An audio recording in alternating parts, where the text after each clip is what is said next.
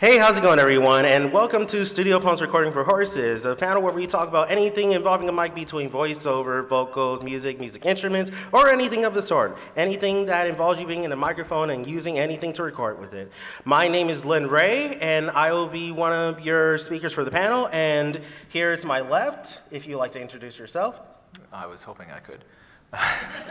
I am Pegasus Pitch, also known for my channel Pitch and Magpie Productions. I do a lot of comics, audio dramas, songs, and I'm an audio engineer, so I should hope I know a little bit about how this stuff works. Just a little. Just a little bit. Just 4 years of my life. And right here, I am the Music Reborn. I write original music involving horses. What am I doing with my life? No, it's a good life.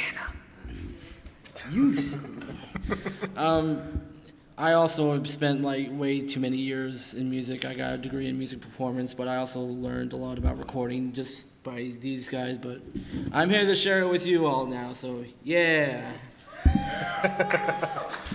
Enthusiasm for Sunday afternoon.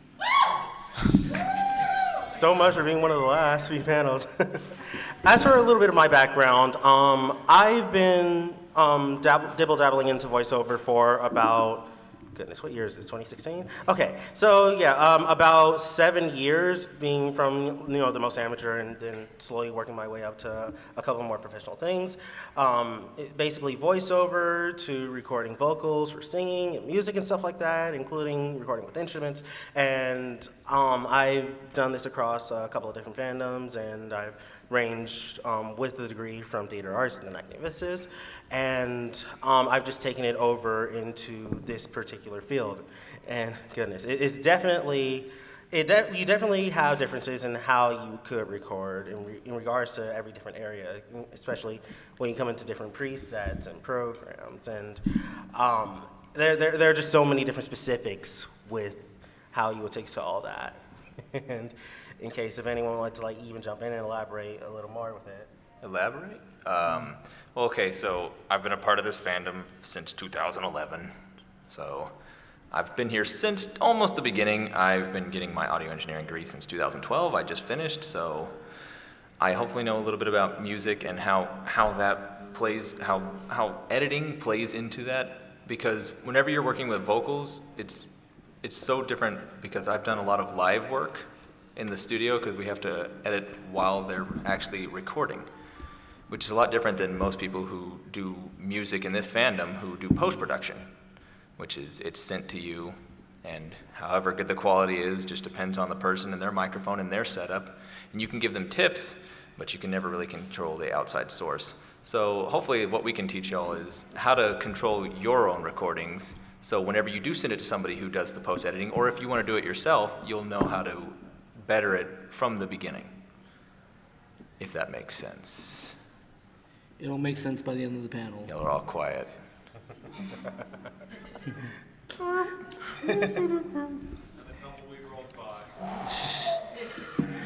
So, it's high noon. Again, it's So- not your fault, it's Sunday. oh yeah, definitely need to pump ourselves up a little bit more before doing. Brought to you going by into this. Starbucks. But it's funny, we did pass up one of those, by the way, but we were just so fast to rush over here that we never got to stop. But yeah, the thing, well, to go more specifically, we can go into different things. Like for instance, one of the more basic things that people like to start off with is, what types of mics we like to use for our recording sessions. And as said before, you can go from many different things. Some people like to start off with headsets. Some people like to start off with basic mics. And we even, over time, have given suggestions as to, certain good setups. Like, one of the most common mics that people will tell you is a Blue Yeti. That is, if anything, that's always like the standard for starting or having your basic. But honestly, there are many other mics you can use, and if you do have a little bit more money, then even go up with the quality even more. I certainly know for certain that I still have yet to work up to a $200, $300 mic. Oh, times. I'm the worst person to ask about which mic you should use for a beginner because He gets like $1,000 microphones for free. I basically. get microphones for free because doing the work that I do, which I've done voiceover work for Cartoon Network, and I'm going to be doing voiceover work for a few other people. So I get stuff for free, which is great. Lucky. The low price of free. But I have this hatred for USB mics. And it's not anything that y'all would ever notice in the recording, but as someone with an audio degree, I hear certain things with USB mics. It's not as quality. No, not as quality. Yeah, the thing with USB mics, especially like the Yeti, is that you can't really control like a lot of the stuff as you can with, say, a regular mic. I brought this just for this. It's shiny. It's shiny, it's gold. Look, shiny, gold. And Look at the pretty. Look at it. unscrew it. This is what you're basically singing into right here. This is basically like a whole motherboard right here. This is what you're singing into. This has a lot more control when you put it into an interface. Then you can put it into a USB drive into your computer. You get so much more control out of that. I did that for the past 2 semesters of college, and it just makes everything so much simpler. So even though I'd say go for the Yeti just to get started, you definitely need to try to upgrade soon. This right here, and let me tell you a little secret. I got this from my teacher. He said he patented this out of China. He got 5 of these, $5 each. So you can find these things for cheap. You just gotta find the right place. So Yeah, you just gotta look for them. yeah, huh? It's BM800. That's a Sterling Audio. Yeah, Sterling. I need to put it together. The one difference between condenser and a condenser XLR mic and a USB mic is the frequencies. So the frequencies for this one will be much richer. They'll have a much wider middle range, which is where most people speak in. So like, you know, I'm talking right now, this is my middle range, this is my low range, and this is my high range. And most of those microphones, they'll pick up the high range a lot easier than they will pick up the medium and low range. And so what that does is it makes your voice sound very squeaky. Even if you don't mean to, it could come out as clear as possible, but when you can hear that twinge to the voice, and it gets very hard to actually edit that out whenever you're equalizing and balancing. So that's why I always recommend an XLR mic, because the cable connection into an audio interface makes it adds a little bit more to it, and it goes a long way. My goodness, even I'm learning a lot of things up on this panel myself. Here I have been, ready to go into all the USB mics, but now here I got a couple things myself.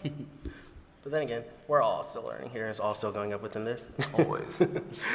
Learning for panelists and audience alike. But yeah, aside from mics, there are many different programs that one can use in regards to recording. And honestly, you don't always have to go for the high-end things immediately. Like, honestly, the easiest thing that one could ever start out with is Audacity. It's completely free, whether it's beta or not. And you have a lot of presets in there that will help you. And given everything you would have to work with will help you. Because one thing for certain is that if you really are stuck with a USB mic, that's all right. There's still ways to work around with how you edit your audio. Because for the longest time, I've been making a mistake with how to control volume and how to control gains. And there are presets where you can control the gains well enough to where it adjusts to your voice. Because me coming from the stage, I tend to have a naturally loud voice. So it doesn't matter how subtle I try to do things, or it doesn't how much I try to hold back my singing. It's either I hold back and don't sound as good, or I go all out, and then all of a sudden you just get this blare. And so you have to, with programs like this, it allows you to adjust just to the right settings, where you can allow yourself that extra bit power and all that, still maintain your quality. So programs like Audacity you can start with. If you want to dibble dabble a little more, you can even go into other things like Adobe Audition, although that is a little bit pricey, definitely to admit. Just a little bit. Don't think of Adobe Audition as the step up from Oh, Audacity. Yeah, just don't. There's still other stepping stones. Those are just my programs. But, If you, That's I what would we- say the logical next step would be FL Studio, because it's pricey, but it's not as pricey as all the other options that you would have. For its functionality, its price is pretty low, especially with all the stuff that you can do. But I will say, all you really need in any audio editing program, a compressor, an equalizer, a gate, and some kind of automation. And what automation is most people don't know what that does. It basically, you can control the volume of your voice while you're recording. And that helps a lot whenever people have to talk very quietly and then get really, really loud. And it'll help compress the vocals just enough to where it doesn't peak on you. And that makes it a lot easier to record in one setting, one go, while you're reading something, you know. A lot of people like to do multiple takes. I'm one of those weird people who usually, I like to do it in one go if I can. Usually I can't, but I like to. So, but those are things that you need to remember. You need a compressor, an equalizer, a gate, and automation. And on the music side of things, all what he says is still true for like if you want to make like an instrumental in FL Studio, because you are in FL Studio, you already have like a ton of options in terms of like instruments and stuff like that. Besides the drums, don't use the drums from FL Studio; they don't work at all. But yeah, the one thing I've learned, especially in writing music for FL, is that don't try to make everything sound. Try to make the sound spread out. That might sound weird, but what you have to do is you need to pan the sound. Either pan the sound left or pan the sound right. If you keep everything in the middle, it's just going to sound cluttered, and that means the volume is just going to just sound distorted all the time. You don't want that kind of distortion unless you're making like rock music. That's the only time when it's like, oh yeah, you can have that distortion. But other than that, just try to pan it.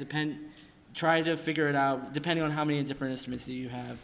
And then everything will sound cleaner. And it's different for vocals. What I would suggest for vocals is start out in mono. Always record mono. Because you can change in any system that you have, Audacity all the way up to Audition or all the high end, you can change it from mono to stereo. And what that does is it opens it up, and then you can mess with the vocals from there. So always record mono because it gives it a much more rich and deep sound to it. Because when you record in stereo, some microphones come with a stereo function, but that means also one side may be louder than the other. So what you want to do is record in mono, so it's always portrayed at one stock sound. So and then when you switch it to stereo, it comes out equal on both sides. Well, sort of following up to Ben's point, it actually is pretty interesting how one would set up music using both gains and going from left to right, because it works perfectly. Like for instance, other than music, it works good for vocals as well, because if you're a type of person who would, I don't know, do acapellas, for instance, and you have more than one voice, maybe 5 or 6 voices you're recording to it, if you're recording with gains on left and rights for specific ones, with maybe one center, then it does actually give you a richer sound to how your acapellas would sound. You're getting a little bit more quality as to having all those voices be heard, and you can feel it. Like if you're a type of person who can feel music as you listen to it, you can feel it from all sides, and you can tell the difference regardless of which side you would come into. So that is a nice little method to even hit up on, if you ask me. What else? Let me see. How are we doing on time? We're actually doing pretty good. We're getting through a lot of this really quickly. Other than that, mics, programs, and specific introductions, should we move on? I would say open the floor for them to have some questions, because obviously we just spit a bunch of babble at them, and they may understand what we said, and they may not understand, so. Sure, no problem. All right, well, with that said, I guess we can open the floor. So Go to the microphone over there. Stay in line, single file. Single file line, people. is it alive? If not, just speak. Use your loud voice. Projection. Can't Project. a lot voice. Projection. Okay. For my ears had to be told to project. Can't a lot Testing, voice. 1, 2, 3. We on? There we go. Okay, cool. For recording, for say a video production, something you're going to put in with a video recording, would you recommend using a separate program over using the one built into, say, Sony Movie Maker or anything of that nature? It depends on like the quality that you can get out of it. Alright, So you're talking about like with the videos, right? correct. So I like to use Sony Vegas. I use the same thing, I think. Vegas is like my go-to for adding video because I can always add the sound that I recorded into it and line it up that way. So, I mean, if you want, I mean, I'm not saying pirate Vegas. I caught it on sale on Steam, so we're good. And that works as well. All right. I've been considering getting into like the dramatic reading or the radio play stuff. I'm a fanfic author. I've been considering getting into reading that because I like acting and I like voice acting. Okay. Just sort of a hobby to see if I'm more into that. But the thing is I don't have a lot of money. Like even the $80 Yeti might be a bit much for me. Can you offer any tips for like shoestring budget stuff? We're talking shoestring budget. Then definitely. So yeah, basically I brought my mic up here as well. When I was gonna mention USB, I came across this mic originally on retail. It would go for like $100, maybe a little more than that. And if you look for mics such as this is my mic is a Samson Meteor. Then you can get as lucky as getting this for like $30, $33. The thing is, when I wanted to start, I didn't know where to start mic-wise, and all I did was shop around. And if you really look in the right places, you want to go for things that, you know, are a reasonable price range. Because with this mic, even though it's nothing like one of the great mics that Ben or Tyler has, it still does well for a start, still does well for getting a clear quality. And this would, you know, be a nice start for getting in readings, especially since it's not taking like too many dramatics. You'll still get your sound, and you'll still be able to get everything across within your recordings. So honestly, if you need a budget for anything that's like 35 and under, start with mics like this. And as for your recording equipment, already you're getting that for free. And also, you could probably go for the Snowball.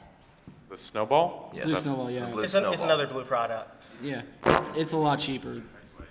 It's very cheap, and as long as you know how to position it and speak into it correctly, it can work just as well as the Blue Yeti. Thank you. You're No welcome. problem. Hi there. Hello.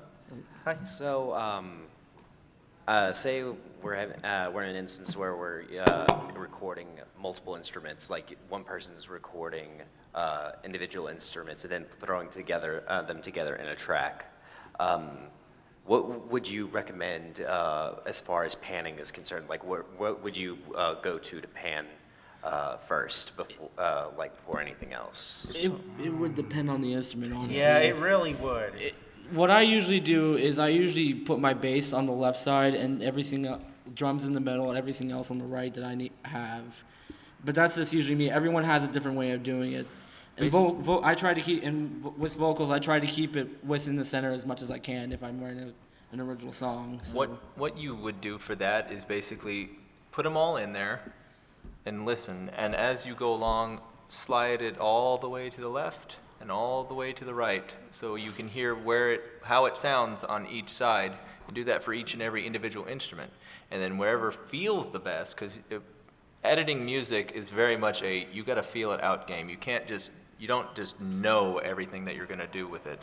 It changes from situation to situation. So if you feel it out like that and listen, and whenever you find that perfect spot that it sounds the best to you, then you leave it there, and then what you do is you save it, turn it off, come back, because you need to take your time with that, because your ears get fatigued very quickly whenever you're listening to music.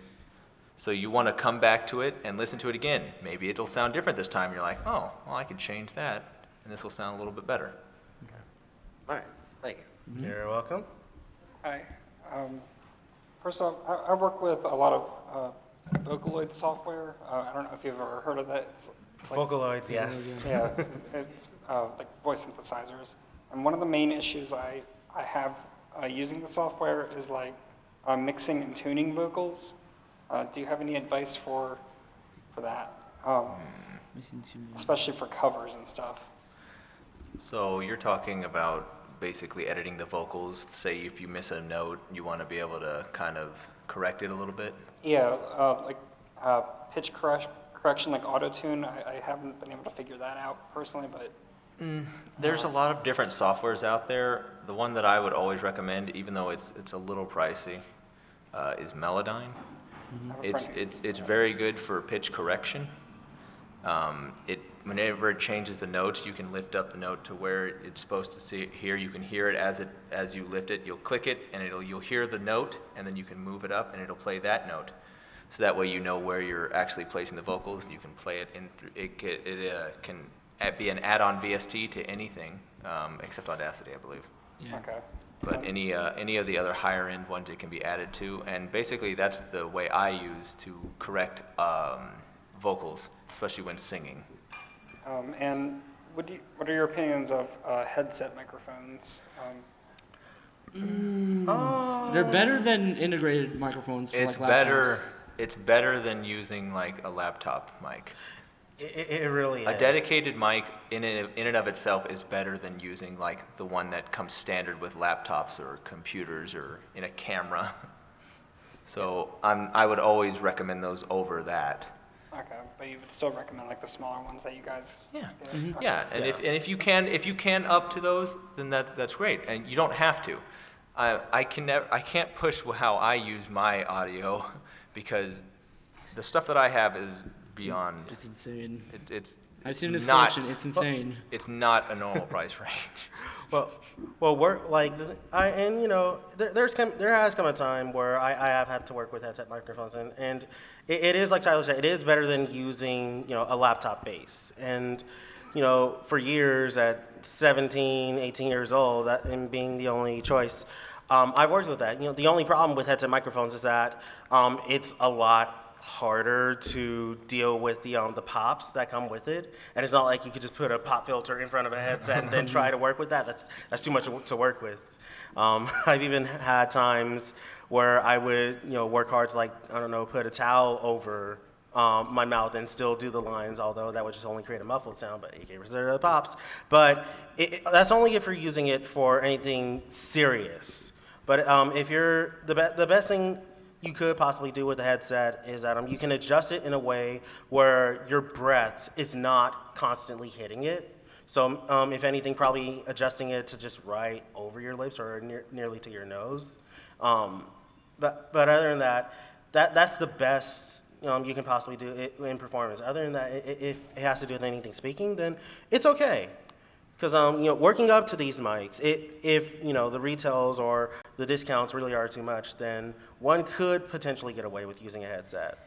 Okay. So that's my 2 cents of coming up around it. Thank you. You're welcome. No problem.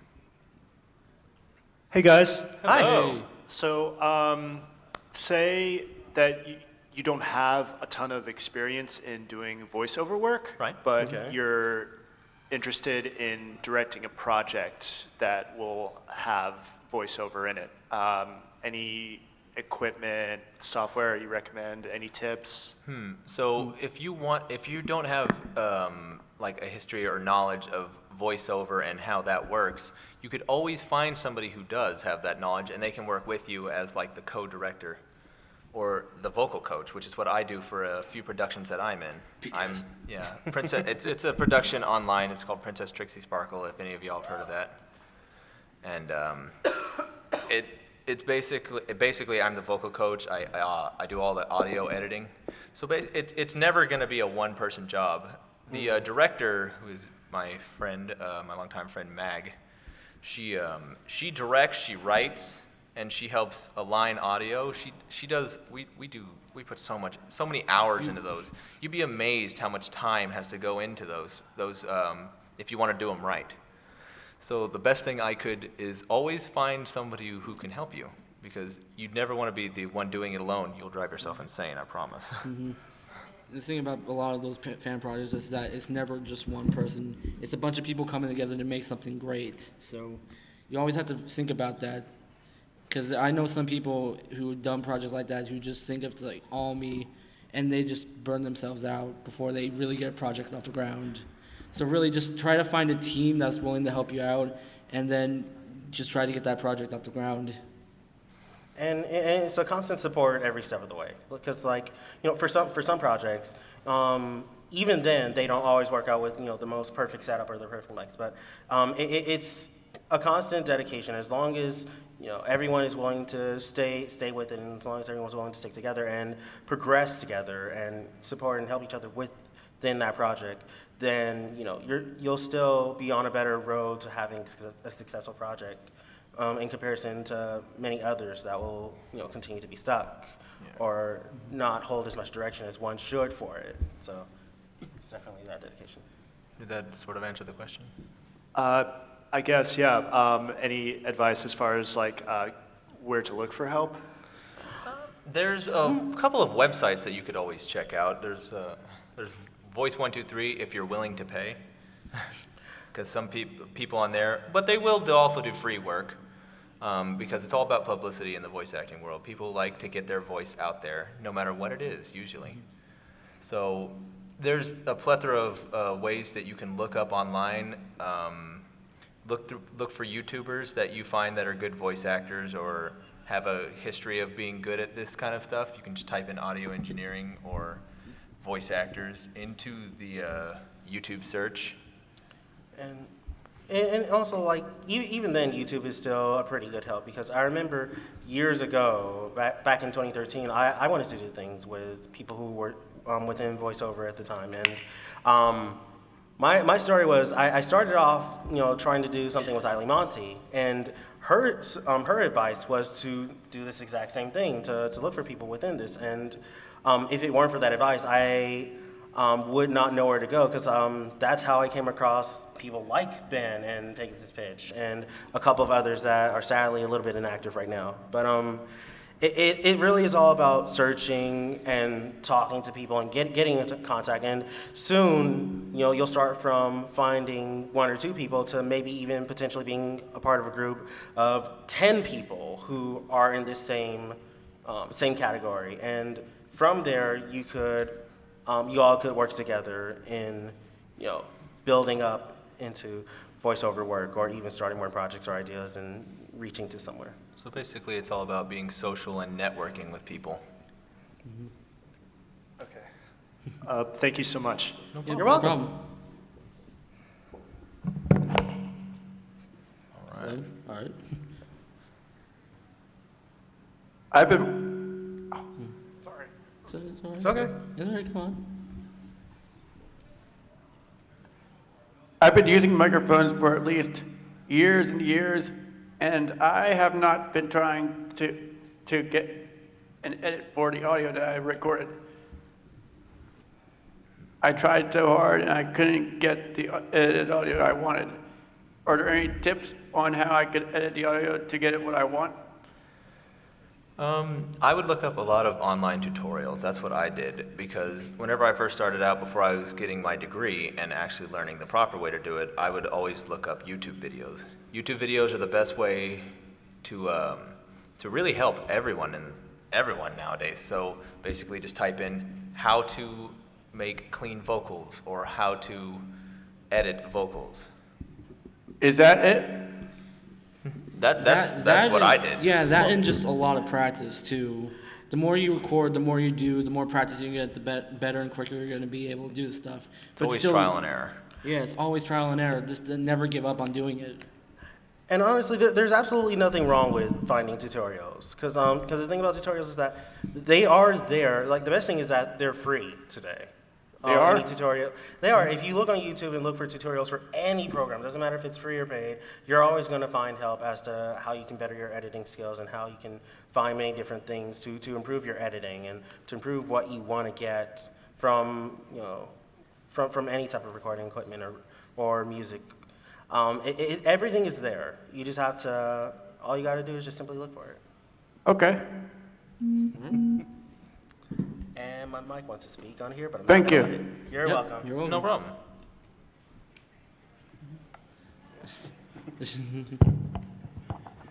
Sorry about that. Okay, whatever. My question is, since you were talking about the blue snowball earlier, I do covers and singing and stuff, and what I normally do, I don't really have a lot of stuff in my room, so it creates like an echo. If I'm too close, it makes the popping sound because I don't have a pop filter. Right. And if I'm too far away, it has this like reverb kind of sound. Like it's very like, it's pretty bad quality. And I was talking to my friend True, and she said that putting the mic at 60% volume would, and then like using the gain would help. My problem that I've been having is I can't tell how much gain I need to put on the audio in order to make it sound crisp and clear. And I was just, in general, wondering about, especially singing. Voice acting is pretty much, I'm fine with that, but singing I always seem to either peak or because I'm a belter, so it kind of just like, yeah, it just peaks all the time, and then when I lower the volume, it's just like, it sounds quiet, and then when I send it to people, they use that volume, they don't raise it, they don't edit it, and it's like, well, when I send it to you. But yeah, so I was wondering if you had any advice for that.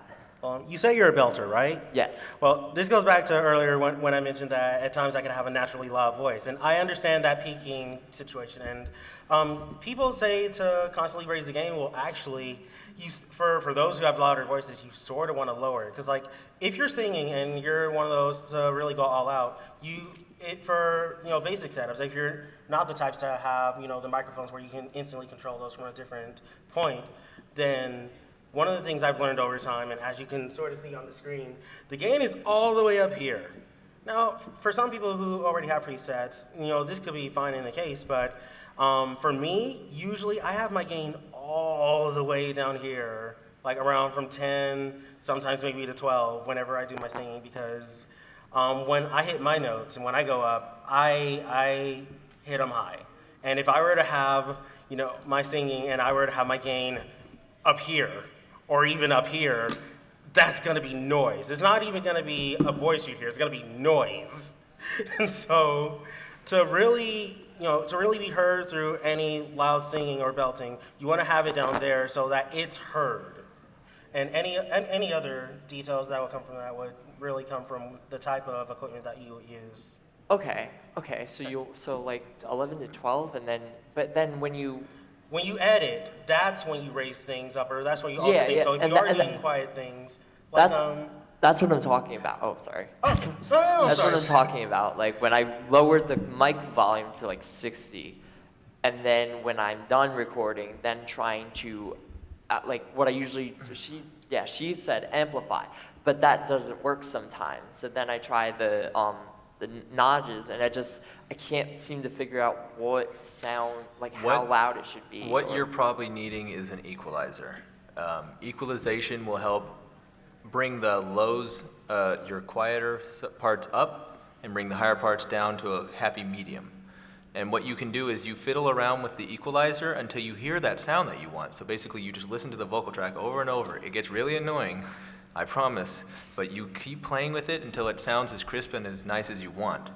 And also with your room, if you have too much extra reverb, the easiest way to kill that is take a jacket, a blanket, anything that you have, stick them in the corners.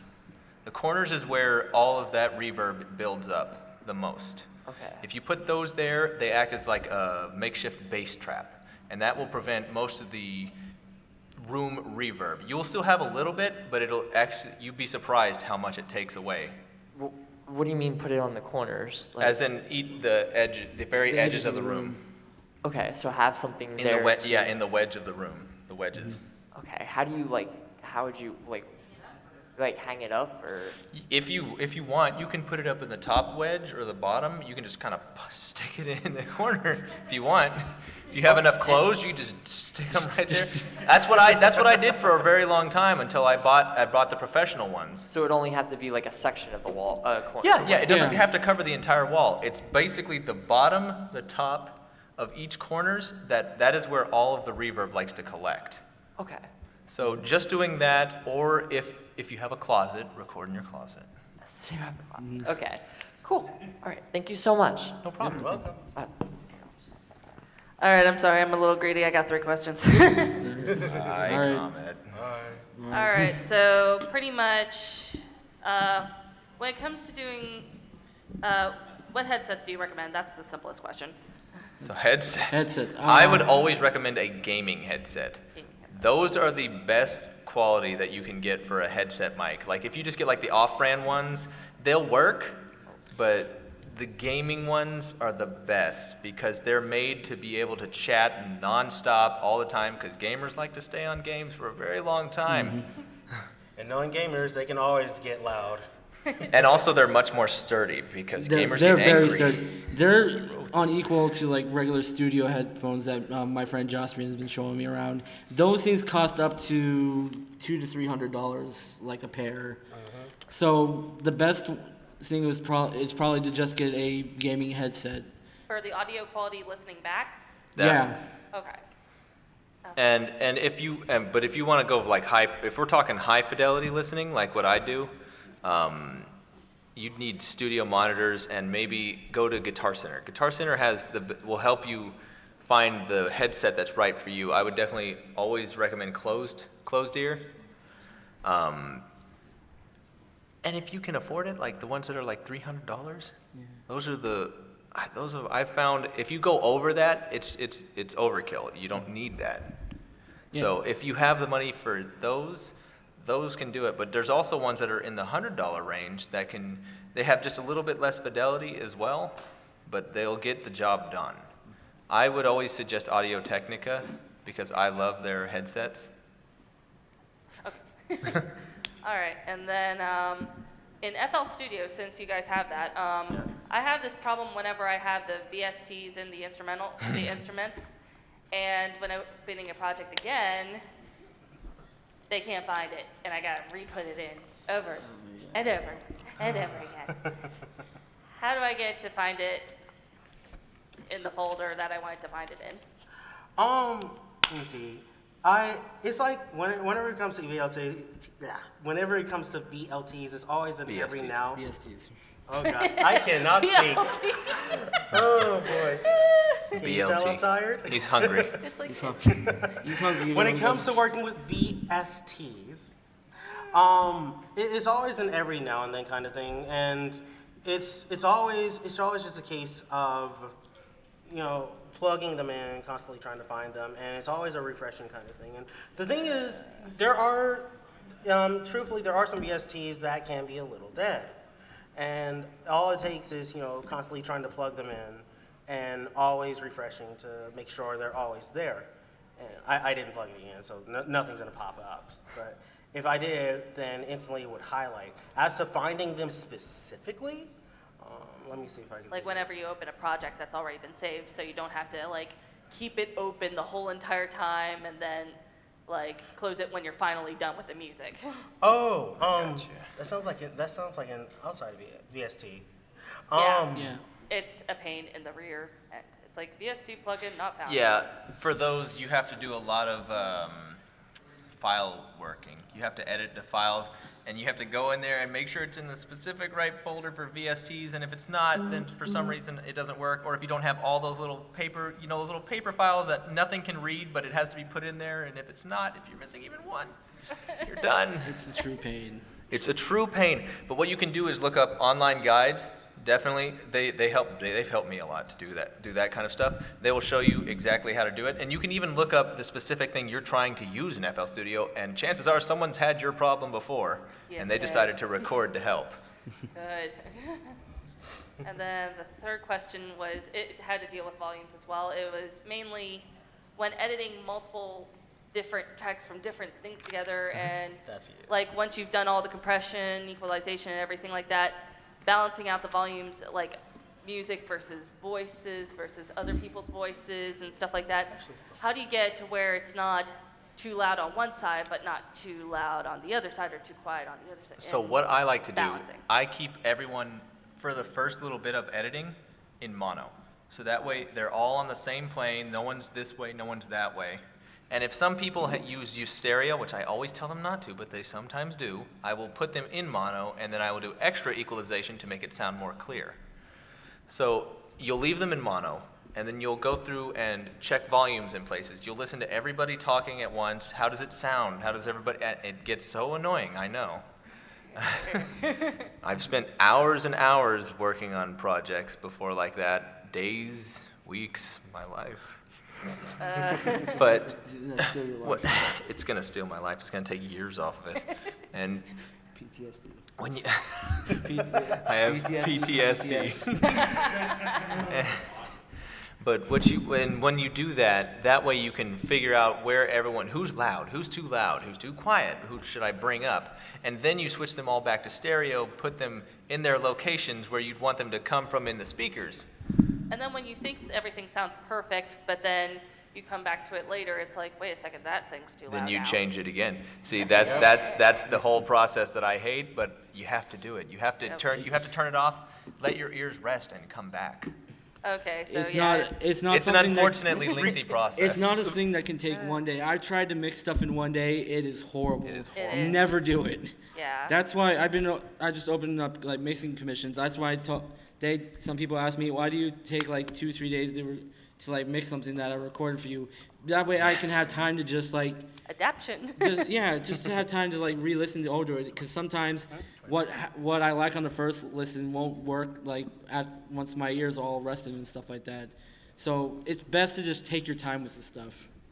It is definitely one of the most tedious processes. It takes time to really get that kind of sound that you want to get, and working with constantly loud and quiet and balancing, it's a challenge, because it's like one of the goals you don't want is to over voice or over sound one of your recordings. And sometimes, there comes a point where you may have to, if you're recording, there comes a point where you may have to re-record some lines because there are balances that will not work out. So it's like, you really do just have to take your time and listen to it. And yes, you do have to take breaks, especially if you're the one doing your parts of the recordings, because then you have to like ask yourself, and you have to manage yourself in wondering if your recordings are just right to go with everyone else's. So time is key. Thank you so much. Thanks. Oh, right. Like editing that I had done before I had a degree, and what happens whenever you actually go that extra mile. Sure. We'll do it after. So just to clarify, see, I have Audacity. That works too, right? Yes, Well, of yeah. course. Audacity is great. Okay, well. It's great. It's free. Anyone can get it. It works on any computer. So Okay, it comes with everything that. It comes with all the stuff that I've listed that you absolutely need. An equalizer, a compressor, it comes with gates. It comes with all the things that you need. You just have to fiddle around with it enough until you figure out what setting works best for your voice. All right. All right, thank you. No problem at all. So I'm used to working with synthesized sound a lot. And with those, it's kind of common that it doesn't really matter what the original sound sounds like. You can basically make anything sound good. But with vocals, how much does the original recording matter for how good the final product sounds? A lot. a lot. I know Jostrian. He does a lot of remixes and stuff like that.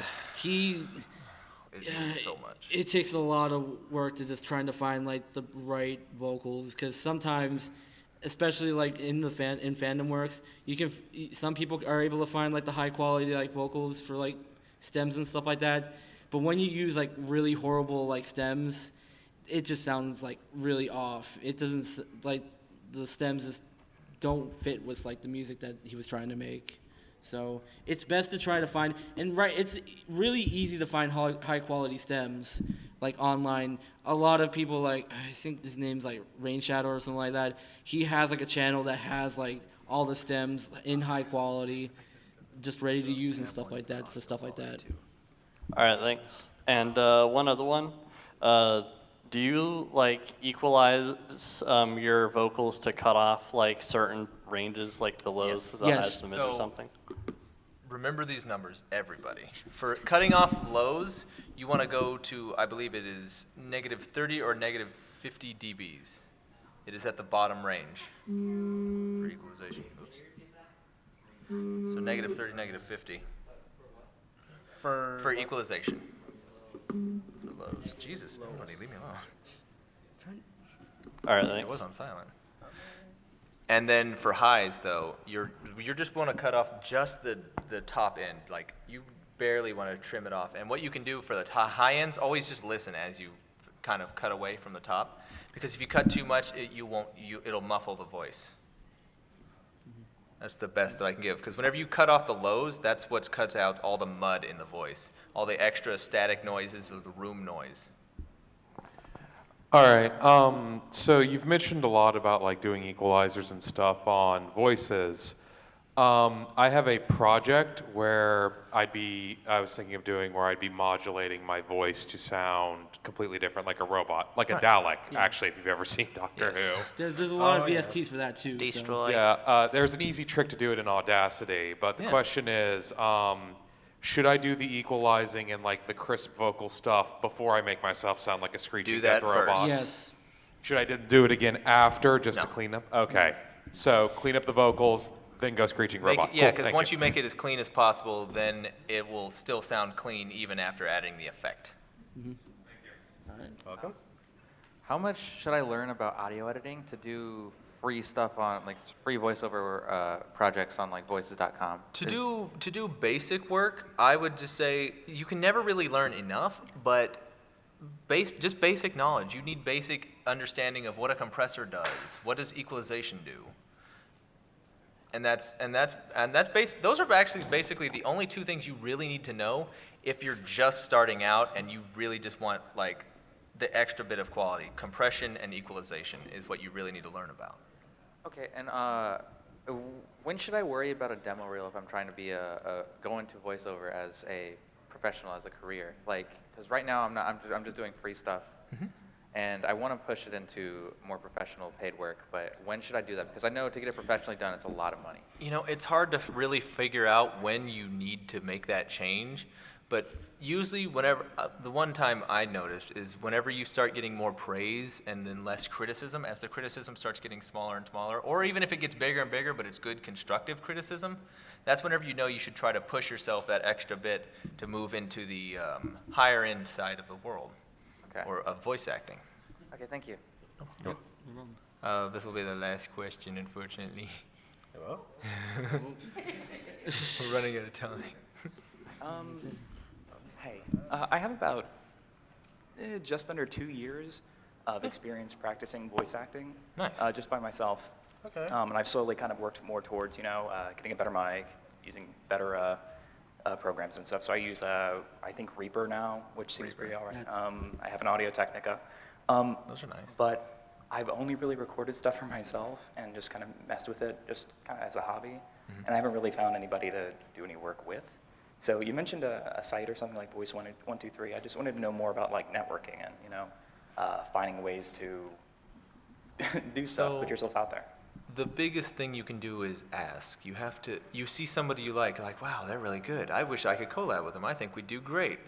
You have to ask, because if you don't make that leap to ask, you'll never get an answer, because you never made the question apparent.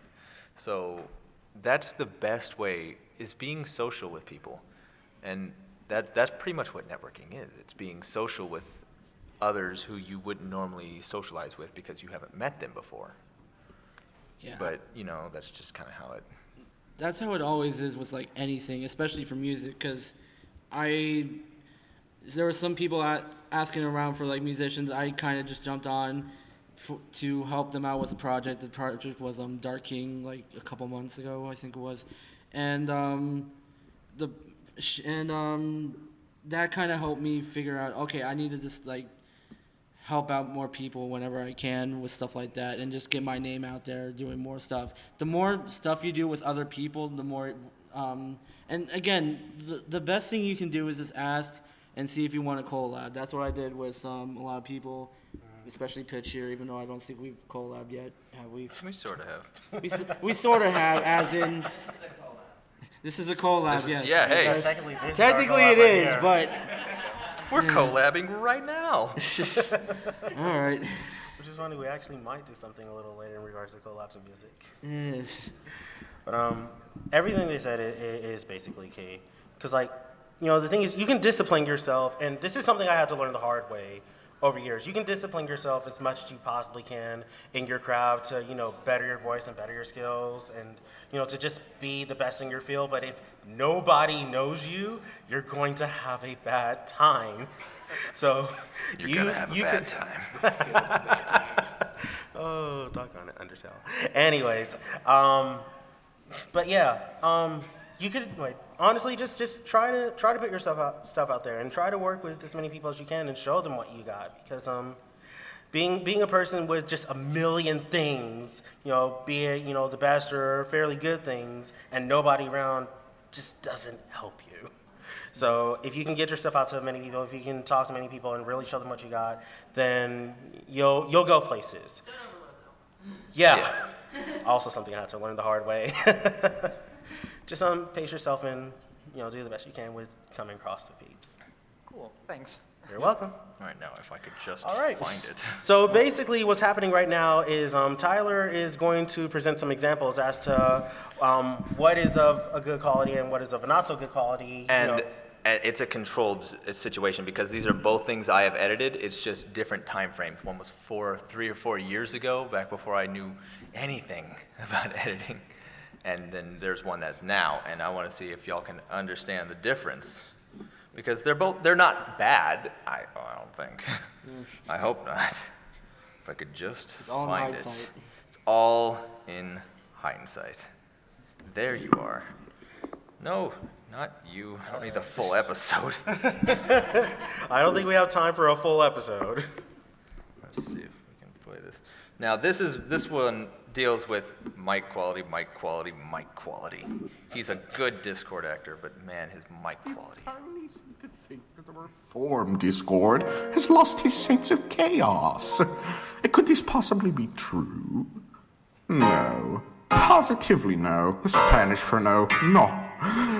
Perish the thought. So why the long faces? Have I left your good graces? I think it's about time someone taught you ponies a thing or two about having fun. Now this is where it gets bad. As the truly handsome Lord of Chaos, and by far the most clever, once said, making sense, where's the fun? Don't you know that he's so overdone? Don't you see what fun can be had when the whole world's going mad? What's the point of a trial if the task doesn't bring you a smile? So you're probably thinking, hey, that sounds pretty good. But what, yeah, the popping sound. He doesn't have a pop filter. And so that's one of the things that leads into quality. You need those extra little things, or at least ways to move around it. Sing next to the mic. Sing above the mic.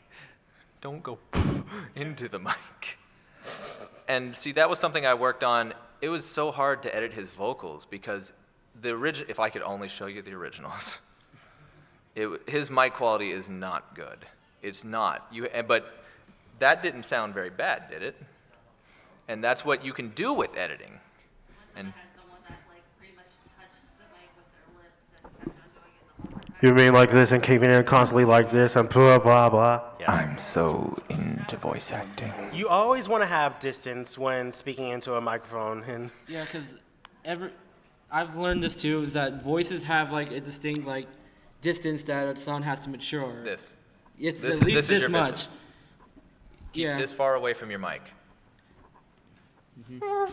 With like 2 inches via your pop filter. Yes, this and then pop filter right here. Yeah, it's not like trumpet where it's like I have to be all the way back here. I mean, hey, good news. You don't have any pops, but bad news. Now people you can tell you're far away. And so to show you the higher end of what I've been doing recently, just show you the difference in editing quality. I have to.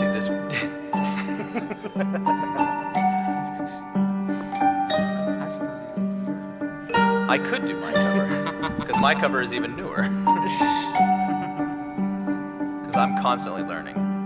Sorrowful, regretful, all of those years that I memory comes at a cost. I trusted, let me down. Everything I tried to hide in my past. Too late to make it okay. Right and wrong changes with time. Every new truth truth revealed. Love and loss, I've known my share. Inseparable, I had looked up to her. How can I trust again? What will become of us? Can she learn to forgive? Suddenly he was gone. Will she be victorious? Was all our love for naught? At least. I know y'all like that song. That's a good song. It's But a really good I wanted to show y'all my version as well because there's a difference in mine and there's panning. Mine goes from left and right, and that one I didn't think to do that, which I should have because there's there's two singers. I'm surprised I didn't. I'm actually kind of mad at myself. Rookie mistake. Rookie mistake. I made a rookie mistake. Let's see. Panning. Oh. Well, you should be able to hear it whenever you actually listen. Yeah. You should be. When you have headphones, you'll be able to hear panning a lot more. That's clearly. honestly like the easiest way you could ever hear it. Because panning, it's like you're having it be recorded on the left side of a headphone or right side of a headphone. I use headphones because it's the best way you can understand it. If you try to hear it from like a stereo output, it may not be as clear here. Be forewarned, I suck at singing. I'm bad at singing. Yes? Yeah. That was Celestia and Luna. So, but anyway, and this one, just be forewarned, my singing's bad. I say that. Y'all can be the judge.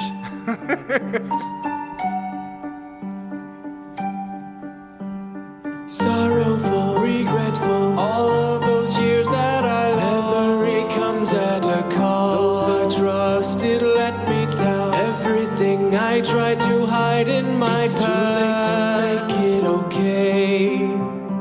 Right and wrong changes with time. Every old lie that's told, every new truth revealed. Love and loss, I've known my share. Up to her. How can I trust again? What will become of us? Can she learn to forgive? Suddenly he was gone. Will she be victorious? Was all our love for naught? At least you're safe. How could he turn away from me? Sorrowful, regretful, all of those years that I lost. Memory comes at a cost. Those I trusted let me down. Everything I tried to hide in my past. What's going to happen here also, it's going to get loud and you're going to see it, all the stuff that I've talked to you all about is going to come into play, like compression and equalization. You'll feel, I'll get really loud, but it won't seem like I got really loud, but you'll hear it in my voice. Make it okay. And that's one of the things that everyone needs to learn. What I'd give to take it all back so I won't get hurt, so that I won't hurt you. Foolish pride clouded my mind. So how can I fix this? And how can we move on? I would give almost anything. I wish I could be ignorant. I know I messed it up, but I don't deserve this. I want to forget it, but it doesn't work that way. Sorrowful, regretful, all of those years that I lost. Memory comes at a cost. Those I trusted let me down. Everything I tried to hide in my past. We both know sorrow and regret. You denied me my path. Only trying to do what is best for us. Well, I never asked for this. I never wanted this. All that I want is to be your equal. Look into your heart. You'll see that just get away from me. Please cease your empty plea. You're always trying to be some pony else. Now I realize I'm all alone, but I'm right here by your side. All that you've done is lie. Please do not turn away. There's nothing that you can say. You cannot understand. You're always resistance, just apologizing. I feel something missing. I just want my sister back. Why can't you leave me alone?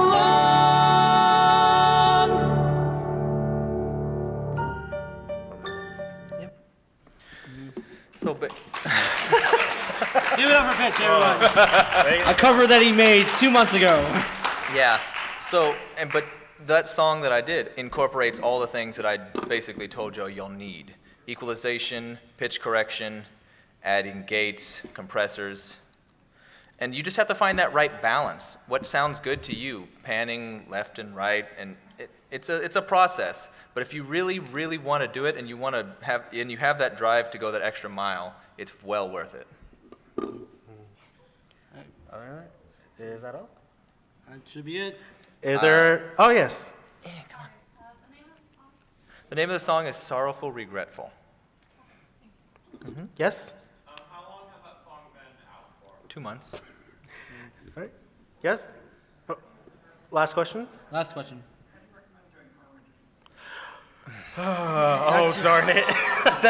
This is definitely the last question. That's very hard to explain. What I do for harmonies is I get as close to sounding together as possible, and then I use pitch correction to help me.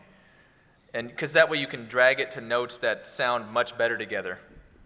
Yeah, and especially like the thing with harmonies is that you're singing different notes, and of course you're going with your highs and your lows. So it's like you have to learn how to balance usually from my case 3 of those, could be multiple ones, but you really got to find that balance because sometimes one would be just as well balanced, the other ones will need a little bit more toning back, and the ones will need a little more balance, and it's just all about how you work them together, and then of course going into pitch correction as Tyler mentioned. And that is it. We are now out of time. Thank you guys so much for coming out to our panel studio, Poems Recording for Horses. And we hope you guys enjoy the rest of your time here and take everything with you. Feel free to talk to us after if you have any extra questions. Yep. You're free.